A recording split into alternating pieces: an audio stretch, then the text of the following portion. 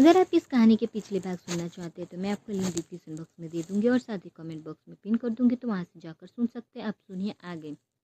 हम तीनों ही चुपचाप एक दूसरे के सामने खड़े थे। मुंह से भले ही एक भी शब्द ना कहा गया हो, मगर खामोशी से ही शायद हम सब ने अपनी अपनी बात कह दी थी। राजीव सक्सेना के चेहरे पर पछतावे का भाव नजर आ रहे थे, वहीं मैं उससे नफरत से घूर रही थी। डोंट नो उसका पछतावा कितना सच्चा था, बट आई एम 100% श्योर मेरी नफरत 24 कैरेट गोल्ड जितनी खरी थी। मिसेस सक्सेना को भी अभी तक अपनी गलती समझ आ गई थी और वो अफसोस के साथ हमें देख रही थी। तभी पीछे से मिस्टर सक्सेना भी आ गए। हमें यूं खड़ा देखकर मौके की नाजाकत को भागते हुए अपने छोटे भाई के कंधे पर हाथ रखकर एक स्माइल के साथ उन्होंने कहा, I hope you are enjoying the party. Rajiv ने भी एक फीकी मुस्कान के साथ सहमति में गर्दन हिला दी। उसकी एक नज़र मुझ पर डाली और दूसरी तरफ बढ़ गया। मिस्टर सक्सेना, आओ अनैया, मैं तुम्हें बाकी लोगों से मिलवाता हूँ। मैंने एक स्माइल दी और उनके साथ चलने लगी। मिसेस सक्सेना के चेहरे पर भी अब राहत दिख रही थी, मगर तभी पार्टी में एक जोर से आवाज़ गूंजी और वहाँ मौजूद सारे गेस्ट का ध्यान उस तरफ चला गया।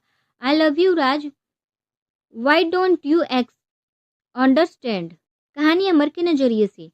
फाइनली आज हमारी शादी हो गई थी। अनाया आज बहुत और ही अलग लग रही थी, बिल्कुल अलग, या यूँ कहूँ बहुत बेहद खूबसूरत लग रही थी तो गलत नहीं होगा।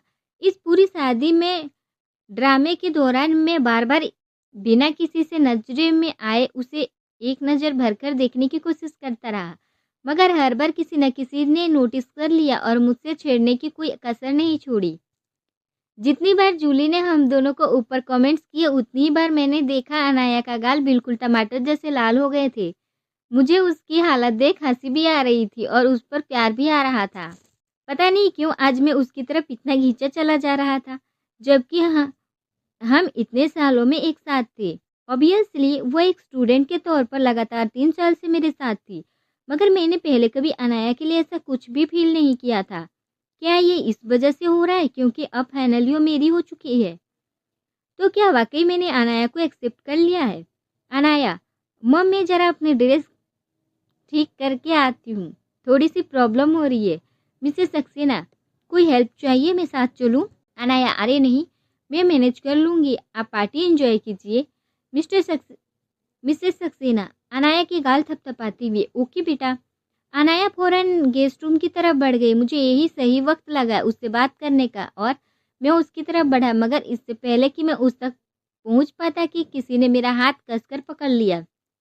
मैंने हैरानी से पीछे देखा। सिमरन, तुम यहाँ क्या कर रही हो? उसकी आंखों में आंसू भरे थे, वो थोड़ा लड़खड़ा भी रही थी। मुझे अजीब से लगा। Are you okay? Simran, no I am not okay. तुम्हारी मॉम ने मुझे यहाँ इनवाइट किया था ये दिखाने के लिए कि फाइनली आज तुम किसी और के हो गए हो। सिमरन, तुमने पी रखी है? हंसते हुए, हाँ, जहर का घूंट पिया है अभी अभी। तुम अभी होश में नहीं हो, मैं ड्राइवर से कह देता हूँ वो तुम्हें घर छोड़ देगा। सिमरन और कसकर मेरा हाथ पकड़, I need to talk to you now. हम कल बात करेंगे सिमरन, इस वक्त तुम्हें घर जाकर आराम करना चाहिए। मगर सिमरन की जिद भरी आवाज में कहा, नहीं, मुझे अभी बात करनी है तुमसे। मैंने एक गहरी सांस ली और उसके सामने हाथ बांधते हुए खड़े होकर पूछा, ओके फाइन, बोलो क्या बात करनी है? सिमरन, नहीं, यहाँ नहीं, मुझे अकेले में बात करनी है तुमसे। मैं अकेले में तुम्हारे साथ इस वक्त कहीं नहीं जाने वाला हूँ। तुम्हें जो भी बात करनी है ही करो। सच तो ये था कि उस दिन सोनिया के साथ रूम में इंसिडेंट के बाद वो मुझे अब किसी पर भरोसा ही नहीं रह गया था। हाँ ठीक है, पहले ही अनाया की नज़रों में मैं धोखेबाज बन चुका हूँ, मगर वो फिर भी शादी से पहले की बात थी। अब जब मैं उसके साथ कमिटमेंट कर चुका हूँ तो मैं किसी की तरह का लेने के मूड में नहीं था। ऊपर से पता नहीं सिमरन को कितनी बोतल चढ़ा रखी थी। ना जाने नशे में वो क्या कर बैठे। मुझे उससे यही बात करनी सही लगा। वैसे भी पार्टी में म्यूजिक काफ़ी लाउड था और सब लोग अपने आप में ही मस्त थे, तो किसी का ध्यान हम दोनों पर या हमारी बातों पर नहीं था। सिमरन रुहासी आवाज़ में, मुझे यकीन नहीं हो रहा है कि तुम्हारी शादी हो चुकी है। यकीन तो मुझे भी नहीं हो रहा है, मगर यही सच है। सिमरन मुस्कुराते हुए, तुम बिल्कुल नहीं बदले। ऑफ कोर्स, मैं अब भी वही हूँ। आई डोंट थिंक शादी के बाद मेरे सिर पर सिंग उग जाएंगे। ओके सिमरन, तुम पार्टी एंजॉय करो और मैं जरा अनाया को देख कर आता हूँ, शायद उसे मेरी हेल्प की ज़रूरत हो। सिमरन चिढ़ते हुए, मेरी बात अभी खत्म नहीं हुई है राज। और तुम्हारी हिम्मत कैसे हुई उस 2 टके लड़की के लिए मुझे छोड़कर जाने की? उसकी ये बात सुनकर गुस्से में मेरा खून खौल गया, मगर चूंकि मैं यहाँ गेस्ट के सामने कोई तमाशा खड़ा नहीं करना चाहता था, मैं चुप रहा। ओके, तुम्हारे पास 5 मिनट से जो बोलना है जल्दी बोलो। सिमरन अपनी आंखें बंद करने के हुए, राज मैं अब भी तुमसे बहुत प्यार करती हूँ, कुछ भी नहीं बदला। देखो सिमी, इन सब बातों का अब कोई मतलब नहीं है। I am married now. मैंने उसे समझाने की कोशिश की। सिमरन हंसी। कौन सी शादी? ये शादी थी या बस एक कॉन्ट्रैक्ट? यहाँ सबने देखा तुम दोनों एक दूसरे से शादी नहीं करना चाहते थे। तुमसे जबरदस्ती ये शादी करवाई गई है। मैं नहीं मानती ऐसी शादी को। राज प्लीज इन जबरदस्ती से बने रिश्ते के जाल में फंसकर अपने सच्चे प्यार को मत ठुकराओ। सिमरन को बहुत पुरानी बातें हैं। भले ही गलतफहमी से ही हमारा रिश्ता टूटा हो, मगर ये सच भी है कि उसके बाद मैंने कभी तुम्हारे बारे में नहीं सोचा। और फिर चाहे मजबूरी में ही सही, अगर मेरा रिश्ता अनाया से जुड़ा है तो बेशक मैं इस रिश्ते को पूरी ईमानदारी से निभाऊंगा भी। And I repeat Simi, I don't love you. Simran की आंखों में आंसू बहने लगे। उसने झलाते हुए कहा, मुझे तुम्हारी इस बात पर जरा भी यकीन नहीं है। This is unbelievable, unbelievable. Simran, मेरी शादी हो चुकी है, क्या यह काफ़ी नहीं है तुम्हें यकीन करने के लिए? सिमरन मुस्कुराते हुए, बिल्कुल नहीं। एक पल को तो मुझे भी लगा था कि तुम शायद सचमुच इस लड़की से प्यार करते हो, मगर उस 2 टके की लड़की के सामने मैं कैसे प्यार अपना हार जाती। मैंने सब कुछ पता किया है उसके बारे में। वो तो किसी और से प्यार करती है हमेशा से, और तुम मुझसे प्यार करते हो। एंड आई श्योर हमेशा करते रहोगे। बस अब मुझसे और बर्दाश्त नहीं हो रहा था। दूर रहो अनाया से। उसे इन सब की घसीटने की जरूरत नहीं है, मैंने उसे वार्निंग देते हुए कहा। सिमरन गुस्से में, बीच में तो अब वो आ चुकी है हम दोनों के, और इसे उसकी सजा भी मिलेगी। मैं तुम्हें जो भी समझाता हूँ तुम हमेशा उसकी गलती क्यों निकालती हो? क्यों कर रही हो ये सब? सिमरन गुस्से में चिल्लाते हुए, because I love you so much Raj, I don't you understand. इस बार सिमरन इतनी तेज आवाज में चिल्लाई कि म्यूजिक भी उसकी आवाज को दबाने में नाकाम थी। नतीजा, सारे गेस्ट हैरानी से हम दोनों को देखने लगे। जिस सिचुएशन से मैं बचना चाह रहा था, आखिर में वो वही हो रहा था। सिमरन की तेज आवाज सुनकर मॉम डैड और अनाया का ध्यान भी इस तरफ चला आया। अनाया, क्या हो रहा है यहाँ? ओ हेलो मिस सिमरन, आप भी यहाँ आई हो, आपको देखकर अच्छा लगा। कहते हुए अनाया सिमरन को देखकर मुस्कुराई, मगर सिमरन तो जैसे उसके खार खाए बैठी थी। सिमरन गुस्से को दबाते हुए, हाँ मुझे किसी ने बताया था कि यहाँ तुम्हारा मातम मनाया जा रहा है, सो मैं चली आई। सिमरन, माइंड योर लैंग्वेज। मुझे अब बेहद तेज गुस्सा आ रहा था। मैं ही जानता हूँ मैं कैसे खुद को कंट्रोल कर रहा था। अगर सारे लोग देख नहीं रहे होते तो शायद मैं अब तक उसे उठाकर बाहर फेंक चुका होता। मैंने अनाया की तरफ देखा, उसकी आंखों में आंसू आ गए थे, मगर इससे पहले कि मैं कुछ कहता वो मेरे पास आ खड़ी हुई। अनाया मुस्कुराते हुए, sorry to disappoint you miss, but मैं जिंदा भी हूँ और अपने हस्बैंड के साथ भी हूँ। सिमरन गुस्से में अनाया की तरफ बढ़ी, मगर मैं और डैड दोनों ही तुरंत उसके सामने खड़े हुए। मिस्टर सक्सेना गंभीर आवाज में, तुम्हें यहाँ किसने इनवाइट किया है? सिमरन गुस्से में, आपकी वाइफ ने। जानबूझकर किया है ना आप सबने ये सब? क्या उनको नहीं पता था कि मैं और राज एक दूसरे से प्यार करते हैं? फिर भी आप लोगों ने जबरदस्ती उसकी शादी इस लड़की से करवा दी, इससे जो कहीं से भी राज के लायक नहीं है। मॉम के बीच में मत लाओ, उन्हें इस बारे में कुछ नहीं पता था। मॉम के चेहरे पर बिल्कुल शॉकिंग रिएक्शन था। वो तो बस सिमरन को मेरी बेस्ट फ्रेंड समझती थी। इतने सालों बाद जब वो वापस लौटी थी तो उन्होंने मेरी खुशी के लिए उसे यहाँ इनवाइट कर दिया था, मगर अब जाहिर है उनको अपने इस डिसीजन पर पछतावा हो रहा था। मिस्टर सक्सेना, इससे पहले कि मैं गार्ड्स को बुलाकर तुम्हें बाहर फेंकवा दूं, चुपचाप अपनी मर्जी से यहाँ से चली जाओ। सिमरन पहले तो चुपचाप हम सबको घूरती रही, फिर अनाया की तरफ देखते हुए बोली, ये सब तुम्हारी वजह से हो रहा है, तुम्हारी वजह से आज सब मुझसे नफरत करते हैं, तुम्हें मैं बर्बाद करके रख दूंगी। और फिर तेजी से पलटकर बाहर की तरफ चली गई। मुझे सिमरन पर इस वक्त इतना तेज गुस्सा आ रहा था, न केवल अनाया, उसने मॉम डैड से भी बदतमीजी से बात की थी। मिस्टर सक्सेना गेट्स की तरफ देखकर मुस्कुराते हुए, nothing had happened, please enjoy the party. Luckily हमारे गेट्स इतने अच्छे थे कि किसी ने कोई सवाल नहीं किया और वापस अपने आप में ही मस्त हो गए। म्यूजिक भी दोबारा शुरू हो गया था। मैं वापस अनाया की तरफ घूमा। वो अपनी आंखें सिकोड़कर मुझे एकटक देख रही थी। वाट अनाया, क्या चल रहा था यहाँ? क्या कुछ भी तो नहीं? मैंने इधर उधर देखते हुए कहा। अनाया मेरी कॉलर पकड़कर मुझे अपनी तरफ घुमाते हुए, और ऐसी कुछ भी नहीं। और कितनी है आपकी लाइफ में? तुम गलत समझ रही हो। सिमरन ने ज्यादा ड्रिंक कर ली थी, बस इसीलिए कुछ भी बकवास। अनाया तंज कसते हुए, हाँ, और उस दिन सोनिया ज्यादा शैम्पू यूज करने की वजह से वो फिसली हुई बाथरूम से सीधा आपके पास टॉवल में आ गई होगी, राइट? यह लड़कियां खुद ही मेरे पीछे आती रहती है, तो मैं क्या कर सकता हूँ इसमें? इस बार मैंने परेशान होते हुए कहा। अनाया आप क्या खुद को टॉम क्रूज समझते हैं? नो, एक्चुअली मैं उससे बेटर हूँ। मैंने उसे एक चिढ़ाने वाली स्माइल देते हुए कहा, और वो गुस्से में मुझे देखने लगी। मुझे उसे ऐसे छेड़ने में मजा आ रहा था। अनाया मेरे करीब आते हुए, आप सच क्यों नहीं बता देते मुझे? अब तो हमारी शादी भी हो गई है। मुझे पूरा हक है जानने के लिए मेरे हस्बैंड की कितनी गर्लफ्रेंड है। और आप बेफिक्र रहिए, क्योंकि मैं उन लड़कियों में से बिल्कुल भी नहीं हूँ जिसे ये सब जानकर जलन होगी। अगर आपके और मिस सिमरन के बीच अभी भी कुछ चल रहा है तो प्लीज मुझे बता दीजिए, वरना लोग मुझ पर हंसेंगे। अनाया ऐसा कुछ भी नहीं है हमारे बीच। मैंने बताया था ना, वो हमारा ब्रेकअप 7 साल पहले हो चुकी था। इससे भी बड़ी बात यह है, हम दोनों में कभी एक दूसरे से अपना प्यार का इजहार तक नहीं किया, यानी हमारे बीच कभी कुछ था ही नहीं।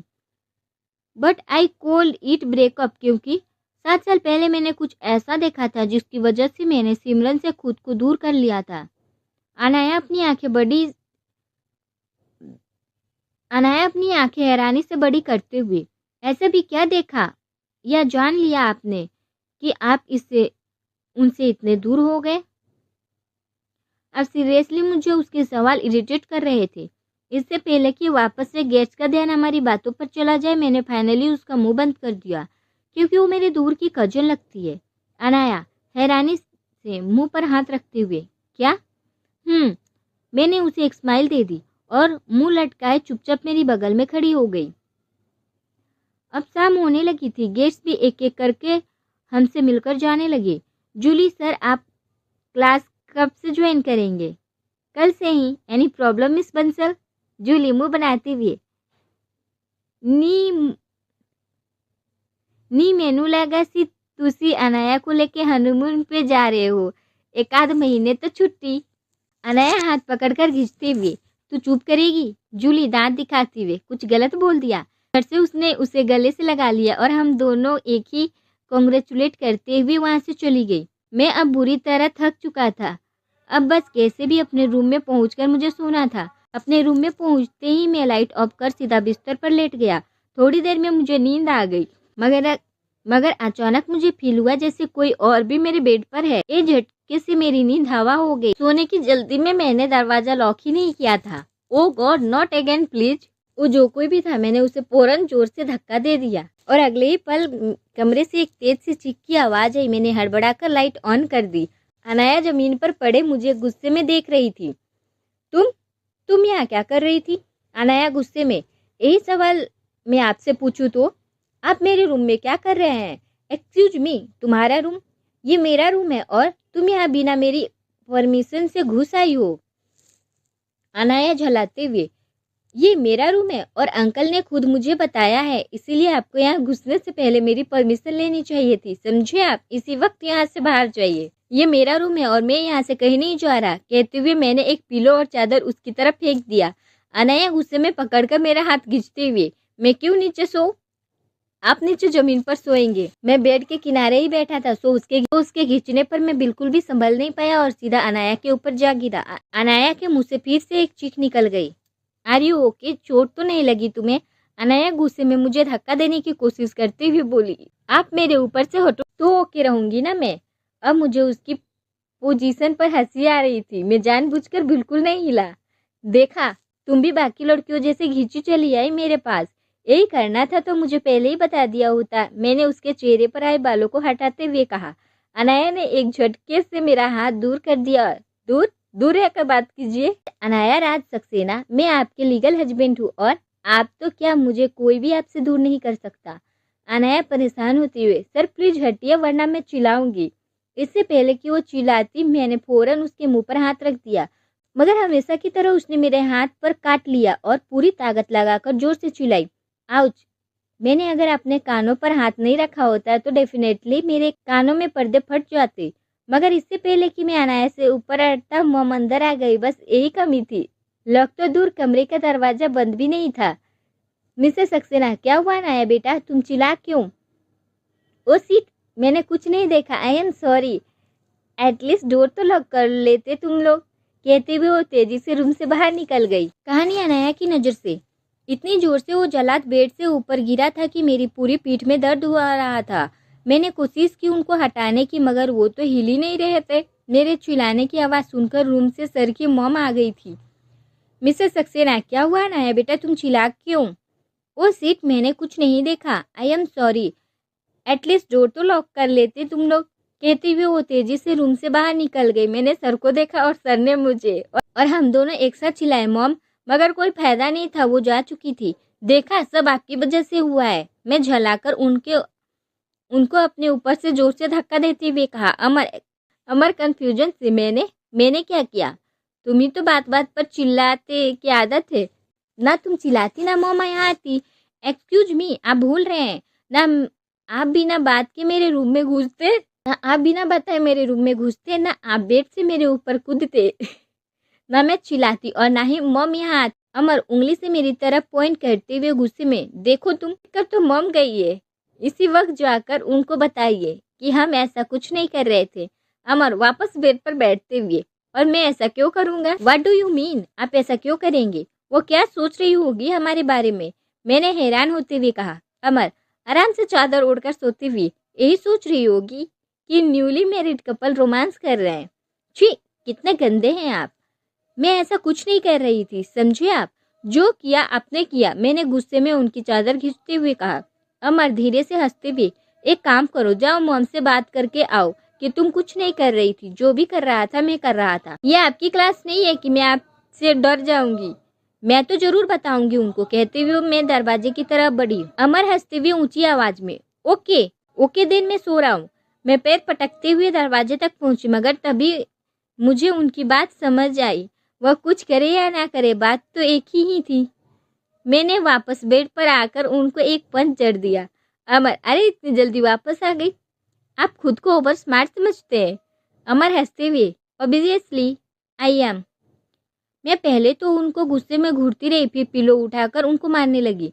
अमर बचने की कोशिश करते हुए, Anaya I was just kidding, stop यार। पर जब मैं नहीं रुकी तो उन्होंने मेरा हाथ पकड़ लिया। मेरे हाथ से पिलो छीनते हुए वो मेरे करीब आए और मेरी घबराहट बढ़ गई। मैं अपना हाथ छुड़ाने के लिए जोर लगाने लगी, मगर उन्होंने जबरदस्ती मुझे बेड पर लिटा दिया। मेरी डर से हालत खराब हो रही थी। अब क्या करेगा ये जलाद? मगर मेरी हैरानी का ठिकाना ही नहीं रहा जब उन्होंने मुझे चादर कवर किया और मेरे गाल थपथपाते हुए धीरे से बोले, गुड नाइट, सो जाओ अब। इससे पहले कि मैं कुछ रिएक्ट करती वो सोफे पर जाकर सो गए। मेरी तो कुछ समझ में नहीं आया, ये क्या हुआ इस आदमी को? अभी अभी तो मुझे जमीन पर सुलाने की आमादा था और अभी इतनी आसानी से मुझे बेड पर सुलाकर खुद सोफे पर सो गया। सोच सोचकर मुझे नींद ही नहीं आ रही थी। मैंने अचक कर एक नज़र सर पर डाली। उनकी पीठ मेरी तरफ थी, तो पता नहीं चल रहा था कि वो सो रहे हैं या जग रहे हैं। 15 मिनट तक जब उन्होंने कोई हरकत नहीं की तो मुझे बर्दाश्त नहीं हुआ। मैं धीरे से उठी और दबे पाँव चलती हुई सोफे तक पहुंची। हर एंगल से उनको देखा। आखिर में मैंने धीरे से उनके चेहरे से चादर हटाई और उनको चेहरे को देखने लगी। उनकी आंखें बंद थी। मैंने राहत की सांस ली। उनके बाल चेहरे पर आ रहे थे। मैंने चेहरे पर एक स्माइल आ गई। सोते हुए ये जल्लाद कितना क्यूट लगता है, वरना ऐसे तो कहते हुए जैसे मैंने उनके बालों को हाथ लगाने की कोशिश की, अचानक से उनका हाथ मेरी कमर पर आ गया और उन्होंने मुझे अपनी तरफ खींच लिया। मैं एक झटके में उनके ऊपर गिर पड़ी। आप जग रहे थे? मैंने हड़बड़ाते हुए उनसे दूर हटने की कोशिश की।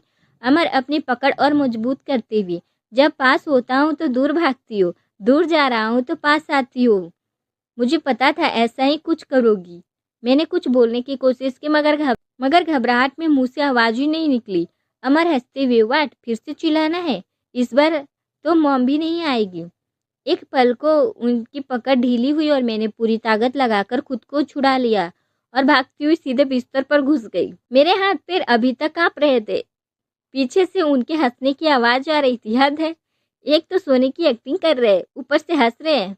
थके होने से कब मुझे नींद आ गई पता ही नहीं चला। सुबह जब मेरी नींद खुली तो 8 बज चुके थे। कमरे में मैं अकेली थी। यूनिवर्सिटी जाने के लिए पहले ही बहुत देर हो चुकी थी, सो मैं सीधा वॉशरूम में घुस गई। नहाने के बाद मुझे याद आया मेरे पास चेंज करने के लिए कपड़े ही नहीं थे। इनफैक्ट मेरा कोई भी सामान यहाँ नहीं था। मैरिज कॉन्ट्रैक्ट साइन करने के बाद मिस्टर सक्सेना ने मुझे पापा को यहीं रोक लिया था और यही रीजन था कि मुझे कल की रात उस जल्लाद के साथ बितानी पड़ी थी। हालांकि पिछले 2 दिन में मुझे उनके अंदर जल्लाद वाले कोई लक्षण नहीं दिख रहे थे। पता नहीं क्यों वो मेरे सामने इतने स्वीट बनने की कोशिश कर रहे थे। शायद उनको अपनी गलती का एहसास हो गया हो, और वैसे भी मैं उनको इतने सारे कांड करते देख चुकी थी। पॉसिबली शायद इसलिए वो मेरे साथ इतना अच्छा बिहेव कर रहे थे। वैसे अगर यहाँ वो अपने जल्लाद वाले फॉर्म में आ ही गए तो मुझसे क्या कहेंगे? Miss Parekh, come to my room और एल समथिंग लाइक दैट। मैंने टावल लपेटा और वॉशरूम से बाहर आ गई। मैंने सोचा तनु को कॉल कर उसके ही कुछ कपड़े मंगवा लेती हूँ, मगर तभी मेरी नज़र बेड पर पड़ी। वहाँ पहले से ही एक बेहद खूबसूरत येलो कलर की फुल लेंथ 1 पीस ड्रेस पड़ी हुई थी। Thank God. मैंने वो ड्रेस उठाई और जैसे ही टॉवल हटाया रूम का दरवाजा ओपन होने की आवाज़ आई। मुझे तो जैसे हार्ट अटैक आ गया। हड़बड़ा कर मैंने चादर उठाकर खुद को जल्दी से कवर किया और पीछे देखा। जूली, कभी डोर नॉक करना सीख रहा है? मैं गुस्से में चिल्लाई। आई एम श्योर ये लड़की एक दिन मुझे हार्ट अटैक देकर मार डालेगी। जूली पेट पकड़कर हंसने लगी। अनाया, कभी डोर लॉक करना सीखा है? शुक्र है तेरे पतिदेव ने तुझे ऐसे नहीं देखा, ना तो इत्थे ही तेरा हनीमून ही हो जाना था सवेरे सवेरे। सट अप, आई फॉरगेट, ओके। कहती भी मैंने उसे चादर फेंक कर मारा और वो ड्रेस पहनने लगी। जूली, भड़क क्यों रही है? एक ही घर बीच रहना है। आज मैंने व्याख्या सी, कल अमर सर। तू चुप करेगी? मैंने उसे गुस्से में घूरा। और वैसे भी मैं इतनी जल्दी ऐसा कुछ नहीं करने वाली हूँ। वो जल्लाद अगर मेरे पास भी आया तो मैं उसे, जूली आंखें बड़ी करते हुए, किस कर लेगी? मैंने जूली का गला दबाते हुए कहा। नहीं, गला दबा दूंगी उसका। जूली हंसते हुए बेड पर गिर गई और पूरी बेड इधर से उधर लौटने लगी। मैंने उसे घूर कर देखा। कभी कभी इस लड़की की हरकतों देखकर मुझे लगने लगता है ये डेफिनेटली किसी कीचड़ में रहने वाले जानवरों से इंस्पायर्ड है। मैंने एक नज़र उस पर डाली और शीशे के सामने खड़ी होकर अपने बाल सही करने लगी। जूली हंसते हुए, अरे शर्म करो तुम दोनों। 21 की हो गई तू, 28 के वो है, मगर दोनों अब तक एक दूसरे से ऐसे शर्माते हो। एक हाल भी तब है तब दोनों का ब्याह हो गया है। आजकल तो 12 साल के बच्चे भी रोमांस के मामले में तुसी दो जाने से फास्ट है। उसकी बकवास सुनने के बाद मैं उसकी तरफ घूमी और मुस्कुराते हुए प्यार से बोली, माय डियर फ्रेंड जूली, ये सब बातें तेरे मुंह से शोभा नहीं देते, जो खुद अभी तक सिंगल है। तेनू हैरी से एक बार भी बात की? इतना अच्छा लड़का खुद चलकर तेरे पास आ रहा है, मगर फिर भी अब तक तुझसे कुछ भी नहीं हुआ। जूली का मुंह बन गया, मगर फिर तुरंत सीधे बैठते हुए बोली, Julie, at least we are not married like you two यार। शादी के बाद करूंगी ना मैं सब कुछ, तेरी तरह नहीं, अमर सर जैसे इन्ने हैंडसम हस्बैंड को इग्नोर कर दूं। दांत दिखाते हुए, वेल आई स्टिल रिमेंबर जब रूम बीच इंटर किया तो सी शक्ल कैसी सफ़ेद हो गई थी ताड़ी। कहते हुए वो वापस जोर जोर से हंसते हुए बेड पर लौटने लग गए। तभी किसी ने डोर न किया। कुछ सुनाई दिया। उसे डोर नॉक करना कहते हैं। कुछ अच्छी आदतें सीखो, मैंने जूली से तंज कसा। जूली, हाँ खोल कर देख। आई वेट, अमर सर होंगे, रेस्टोरेंट हो रहे होंगे तुझसे मिलने वास्ते। मैंने उसको इग्नोर करते हुए दरवाजा खोला और गिरते गिरते बच्ची। सचमुच सामने अमर सर खड़े थे। उधर जूली वापस बेड पर गिरकर जोर जोर से हंसने लगी। अमर हैरानी से, miss Bansal, it's she okay ना? हाँ, आसपास कोई अच्छा मेंटल हॉस्पिटल है क्या? मैंने मुश्किल से अपनी हंसी दबाते हुए पूछा। अमर धीरे से मेरे करीब आते हुए, एक ही रात में मेरे लिए पागल हो गई आप मिस पारे। उप्स, सॉरी मिसेस अनाया राज सक्सेना। मेरी सांस अटक गई। मैंने तुरंत उनसे दूर होते हुए कहा, नहीं ऐसी कोई बात नहीं है, मैं तो जूली के लिए कह रही थी। मैंने एक नज़र जूली पर डाली तो अभी भी पागलों की तरह हंसे जा रही थी। इरिटेट होकर मैं रूम से बाहर निकल गई और डोर क्लोज कर दिया। मैंने सर की तरफ देखा जो अभी भी मुझे देखकर मुस्कुरा रहे थे। यार, इस आदमी का जल्लाद वाला रूप ही बेटर है। यह स्वीट केयरिंग हस्बैंड वाले कैरेक्टर के सामने सचमुच बहुत अनकंफर्टेबल फील कर रही थी। आप कुछ कहने आए थे? मैंने उसका ध्यान खुद पर से हटाने के लिए पूछा। अमर, हाँ, ओ हाँ, तुम ये भूल गई थी। वो केवल रात जब मैंने तुम्हें, कहते हुए उन्होंने एक पॉकेट से एक रिंग निकालकर मेरी तरफ बढ़ाई। मैंने झट से अपने मुंह पर हाथ रख लिया, कहीं मेरी पागल फ्रेंड के कानों तक ये बात न पहुंच जाए। वैसे ही सुबह से पागलों जैसी हरकतें की जा रही है। कल रात की बातें सुनने के बाद तो शायद उसे मेंटल हॉस्पिटल में एडमिट करने की नौबत आ जाए। अमर सर ने अपने मुंह पर से मेरा हाथ हटाते हुए मुझे अपने करीब खींच लिया। मेरी हार्ट बीट फास्ट हो गई। मैंने घबराकर हैरानी से उनको घूरा।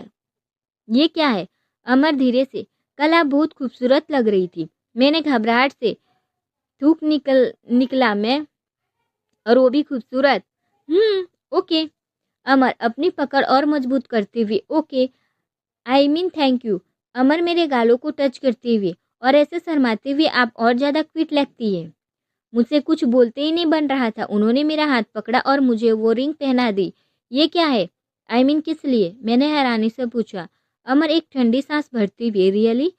ये हमारी एंगेजमेंट रिंग है जो कल रात की खिंचातान में मेरे पास गिर गई थी। Oh, I am really sorry sir, मैंने हड़बड़ाते हुए कहा। वैसे ये रिंग बहुत खूबसूरत है। मॉम को मेरी तरफ से थैंक्स भूलिएगा। अमर परेशान होते हुए, अभी भी सर? तो और क्या बोलूँ आपको? आप मेरे टीचर है और फिर मैं इतने साल से आपको यही कहकर बुला रही हूँ। मैंने कंफ्यूजन होते हुए कहा। अमर, अनाया, मैं ऑलरेडी इस बात के लिए बहुत गिल्ट फील करता हूँ कि मैंने अपने स्टूडेंट से शादी की है, लेकिन अब इस सच्चाई को हम दोनों ही बदल नहीं सकते। तो मैं अपनी तरफ से इस रिश्ते को निभाने की पूरी कोशिश कर रहा हूँ, मगर जब भी मैं रोमांटिक मूड में आता हूँ तो मुझे सर कह देती हूँ और मुझे ऐसा फील होता है जैसे तुम्हारे करीब आकर मैं कोई क्राइम कर रहा हूँ। मुझे उनकी बात पर हंसी आने लगी थी। Really sir? मैंने जानबूझकर उनको चिढ़ाया। अमर मुझे वापस अपनी तरफ खींचते हुए, well this will definitely not going to work. और हाँ, ये रिंग मॉम ने नहीं, मैंने खरीदी थी तुम्हारे लिए। रियली? मेरी आंखें हैरानी से बड़ी हो गई। मैं तो सोच भी नहीं सकती थी वो मेरे लिए ऐसा भी कुछ कर सकते हैं। थैंक यू, ये बहुत खूबसूरत है। अमर मुस्कुराते हुए, not more than you. Breakfast के लिए नीचे आ जाना, सब वेट कर रहे हैं। कहते हुए उन्होंने मेरे फोरहेड पर एक किस किया और मैं नीचे चले गए। मैं अब तक अबाक खड़ी हुई उनको घूर रही थी।